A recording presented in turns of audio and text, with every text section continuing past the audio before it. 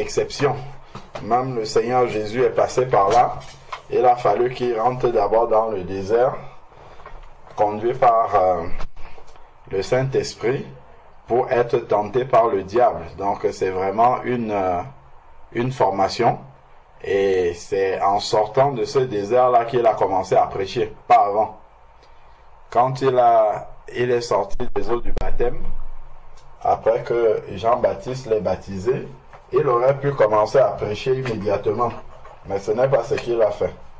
L'Esprit de Dieu l'a d'abord amené dans le désert. Donc ça nous montre vraiment le cheminement du disciple.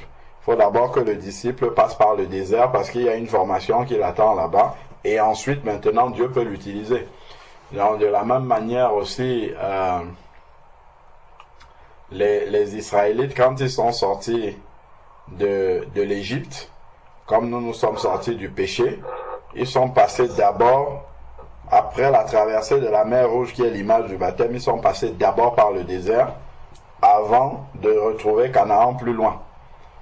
Parce que s'ils ne passaient pas par le désert, et que Dieu mettait Canaan directement devant eux, ils auraient pu être des enfants gâtés. Parce que ils ne sauraient même pas comment prendre soin de la bénédiction que Dieu leur aurait accordée. Donc, quand on a compris vraiment que c'est de cette manière-là que Dieu agit, ça nous permet de prendre les épreuves, les difficultés de la bonne façon. Donc, au lieu de prendre ça comme quelque chose qui vient nous écraser, nous déstabiliser, nous décourager, on le prend plutôt de la bonne façon, se disant que si quelque chose m'arrive, ce qui est certain, c'est que cela n'a pas échappé à Dieu, Dieu le sait bien. Et si Dieu a laissé quand même que ça arrive, c'est que ça contribue à ma croissance spirituelle. Parce que tout ce qui ne contribue pas à ma croissance spirituelle et qui est là pour me détruire, Dieu va l'enlever de mon chemin. Si ça ne contribue pas à me faire grandir d'une manière ou d'une autre, Dieu l'enlèvera de mon chemin. Il ne laisse sur mon chemin que ce qui consiste à ma croissance spirituelle et à me faire comprendre, y compris la correction. La correction en fait partie. Justement, comme nous-mêmes, nous pouvons corriger nos enfants ou nos neveux, ainsi de suite. De la même manière aussi, la correction fait partie de l'éducation du Seigneur.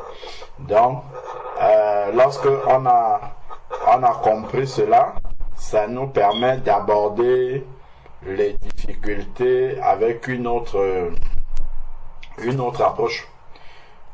Une approche qui est plus constructive et qui nous permet de cheminer dans l'épreuve avec un bon mental, un mental positif, sachant que le Seigneur dit que cela est pour éprouver et épurer notre foi, pour qu'on ait une foi saine devant le Seigneur. Amen.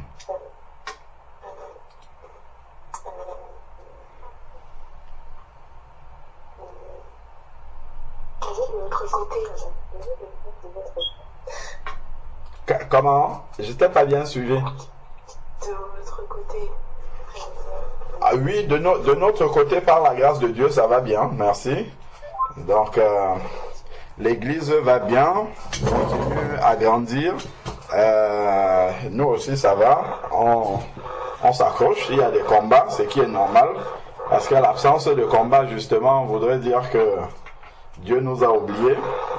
Donc, tant qu'il y a des combats, ça va.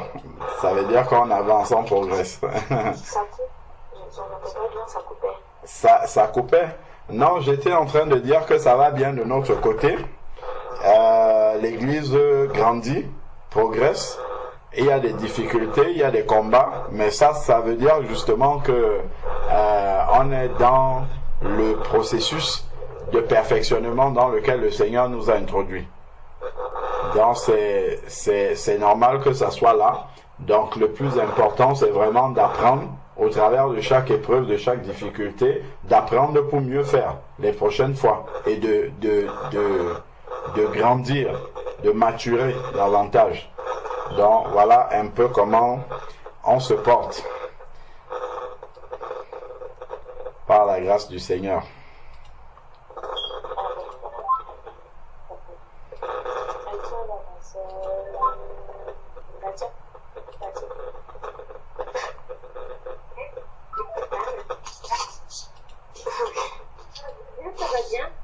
Seigneur est cool. Sur mes faiblesses, il est fort pour moi. Amen. Et ça va. Hein? Gloire à Dieu. Amen.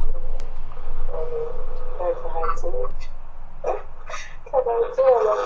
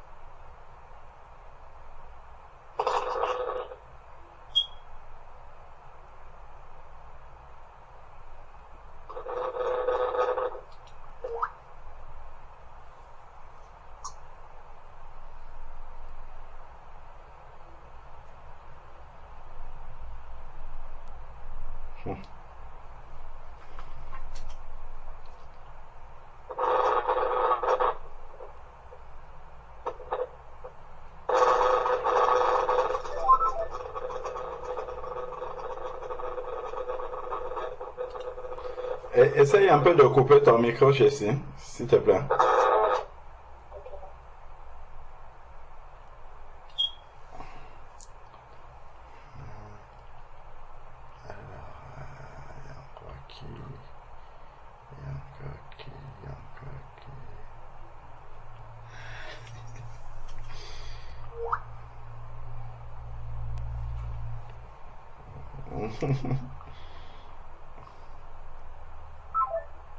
Ah, Janice. Janice.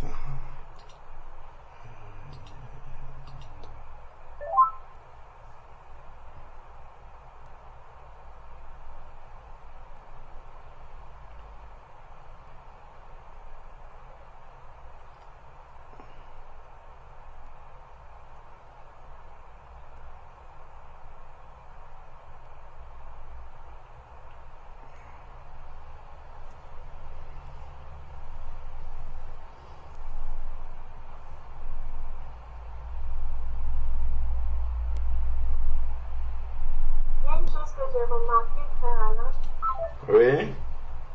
depuis dimanche dernier, sur le fait qu'on devait parler, enfin annoncer, je sais pas, en fait, parler du Seigneur aux personnes qui sont autour de nous. Pendant la semaine, je réfléchissais, je me disais que bon, s'il faut annoncer le Seigneur, enfin, annoncer la bonne nouvelle aux personnes qui sont dans l'obscurité, je réfléchissais, en fait, j'avais vu que dans ma pensée, je me disais que comme la parole est une épée, en fait, une épée, je me suis dit que bon, pour une femme d'utiliser une épée sur les gens, c'est un peu... c'est peut-être un peu trop violent. Ça, j'ai remarqué que je pensais aussi comme ça, parce que je me disais toujours que non, pour une femme servante du Seigneur, il faut qu'elle soit douce seulement, qu'elle soit douce, et que cette douceur-là, c'est ça qui peut toucher les personnes qui sont justement en perdition. Mais après, j'ai vu que ça aussi, ça constituait justement un blocage. Parce que je me disais que bon, si je dis par exemple que voilà, j'agis de telle ou telle manière parce que la parole dit cela, ça déjà c'est expliqué, non? Ben oui. Ou alors je suis en train d'expliquer en fait mon comportement. Ça aussi c'est quelque chose que j'ai pas envie. Lorsque tu donnes ton témoignage est pleinement suffisant pour montrer la puissance de Dieu. Quand on regarde par exemple la Samaritaine dans Jean 4, elle ne dit pas beaucoup de choses. Hein. C'est vraiment comment dire? Parce que au contact du Seigneur, il y a quelque chose qu'elle a vécu, quelque chose d'unique qu'elle a vécu, et donc quand elle en parle, donc il y a une puissance qu'elle communique.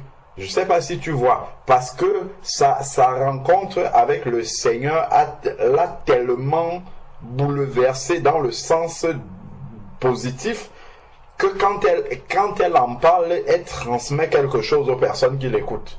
Et donc forcément, ce n'est pas dans la quantité de ce qu'elle va dire, mais c'est que ce qu'elle dit vient du profond d'elle-même, parce qu'elle a vécu quelque chose de fort véritablement.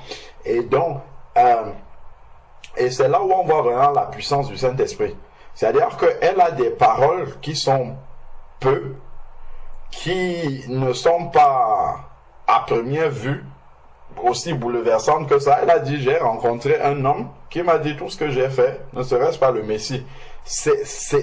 Voilà, ce n'est pas une évangélisation époustouflante, mais ça a déclenché la conversion de toute une ville.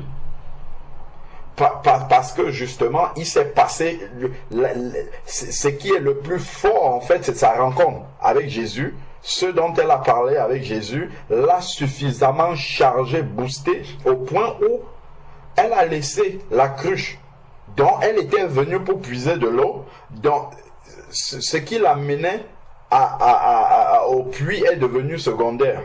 L'urgence qu'elle avait de ramener de l'eau, c'est devenu quelque chose de secondaire. Donc, les choses de sa vie, de tous les jours, la quotidienne, immédiatement sont devenues secondaires dès qu'elle a rencontré le Messie.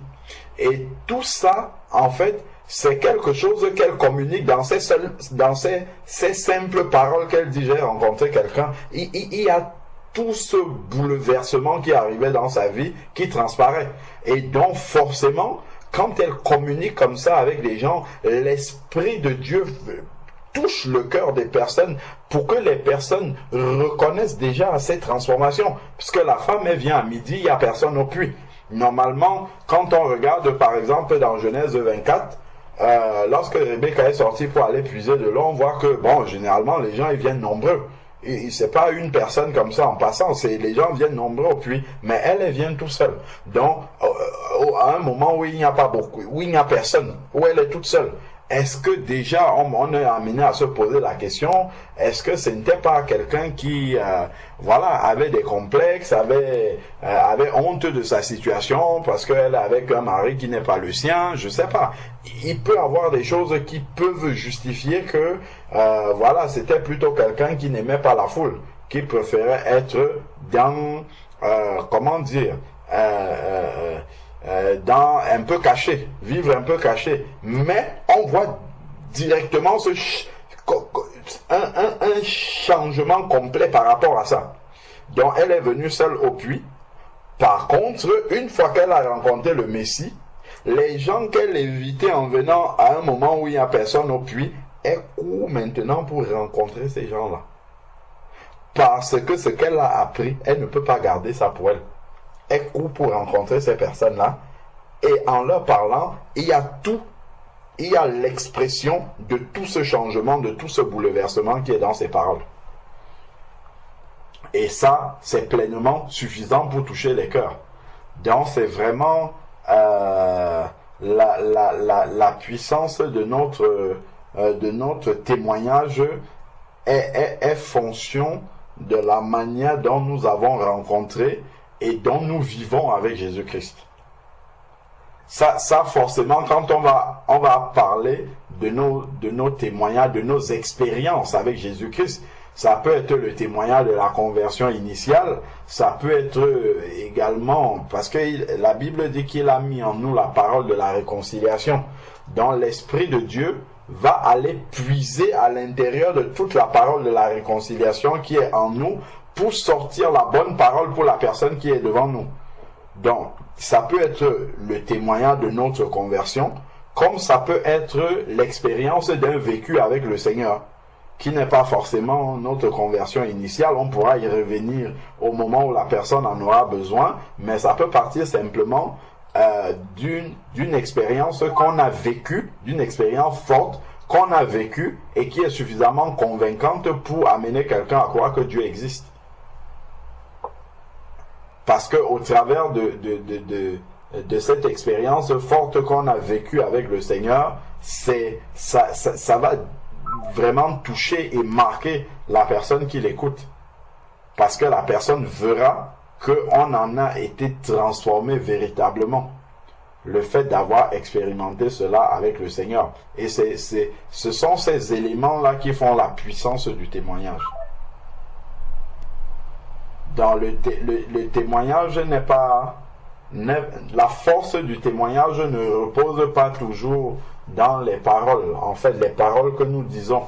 Parce que c'est le Saint-Esprit qui va utiliser ces paroles-là pour toucher les cœurs. Mais c'est vraiment ce qui sort de l'intérieur. Et ce qui sort de l'intérieur est fonction vraiment de l'intimité, la manière dont on a rencontré le Seigneur et dont on marche avec le Seigneur. Amen. Amen.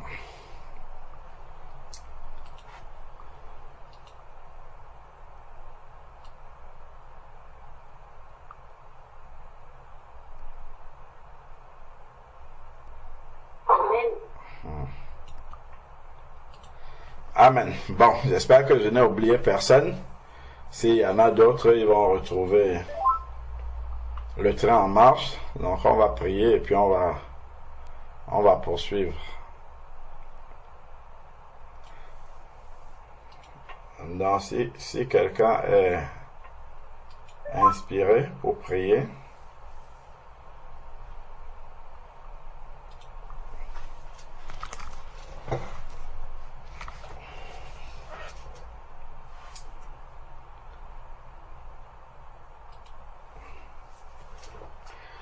Seigneur Jésus, nous voulons encore te rendre grâce et te bénir pour ces moments privilégiés que tu nous accordes, Seigneur Père, de pouvoir nous approcher de toi pour célébrer ta grandeur, Seigneur Père, et encore recevoir l'instruction qui nous est nécessaire pour cheminer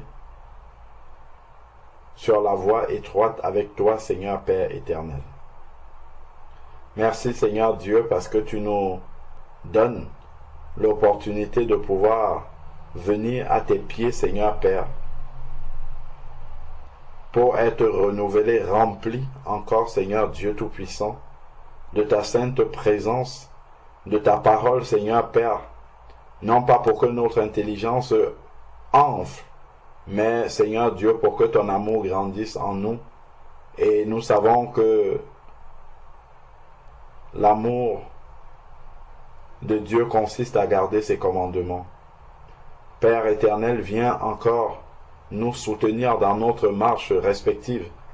Seigneur Dieu Tout-Puissant, accorde-nous la grâce de pouvoir réagir positivement, de pouvoir réagir de la bonne manière dans les diverses épreuves auxquelles nous sommes soumis, Seigneur Père, sachant que tout cela est pour nous bâtir, pour nous former, afin que nous soyons utilisables, Seigneur Père éternel, entre tes mains. Éternel, donne-nous encore de nous laisser façonner par toi, Seigneur Père, de nous laisser modeler, Seigneur Dieu Tout-Puissant, par toi. Seigneur, nous te demandons pardon si bien souvent nous résistons à ce que ton travail puisse s'accomplir jusqu'à la perfection dans nos vies. Viens encore nous pardonner pour nos manquements et accorde-nous la sagesse, Seigneur Dieu Tout-Puissant, pour traverser, Seigneur Père, toutes les étapes qui sont sur notre chemin, afin que nous puissions nous aussi, Seigneur Père éternel, être utiles entre tes mains, car nous savons que tu nous as sauvés pour un but. Tu ne nous as pas sauvés, Seigneur Dieu, pour que nous demeurions dans la paresse, Seigneur Père éternel. Seigneur, je te prie encore pour mes sœurs qui sont là, Seigneur Père, que chacune puisse trouver, Seigneur Père, ce soir, ce dont elle a besoin, Seigneur Père, pour marcher dans la victoire, Seigneur Dieu Tout-Puissant. Père, conduis-nous par ton esprit, que ces moments soient encore, Seigneur Dieu Tout-Puissant, des moments de ressourcement spirituel, des moments de recharge de nos batteries, des moments d'encouragement pour celui qui est découragé, Seigneur Père éternel, des moments de guérison de nos âmes, Seigneur Père, que là où, Seigneur Dieu Tout-Puissant, la lassitude veut s'installer, que l'encouragement à continuer, à persévérer, à poursuivre la marche, Seigneur Père, puisse venir encore dans nos cœurs, Seigneur Dieu Tout-Puissant. Merci pour le consolateur qui est auprès de nous et qui est en nous, Seigneur Dieu Tout-Puissant, et qui est là encore pour nous encourager à aller toujours de l'avant, Seigneur Père éternel. Même si nous avons encore des imperfections, Père, regarde la volonté qui est la nôtre d'y arriver. Seigneur Dieu Tout-Puissant, viens nous aider encore. Père, je te prie pour celles et ceux qui ne sont pas au milieu de nous, que là où ils sont, que ta main puissante puisse également être étendue pour les aider, Seigneur Père, à pouvoir avancer, à pouvoir cheminer avec toi, Seigneur Père. Nous te glorifions encore et te célébrons, Seigneur Père éternel, d'éternité en éternité, au nom de Jésus-Christ. Amen.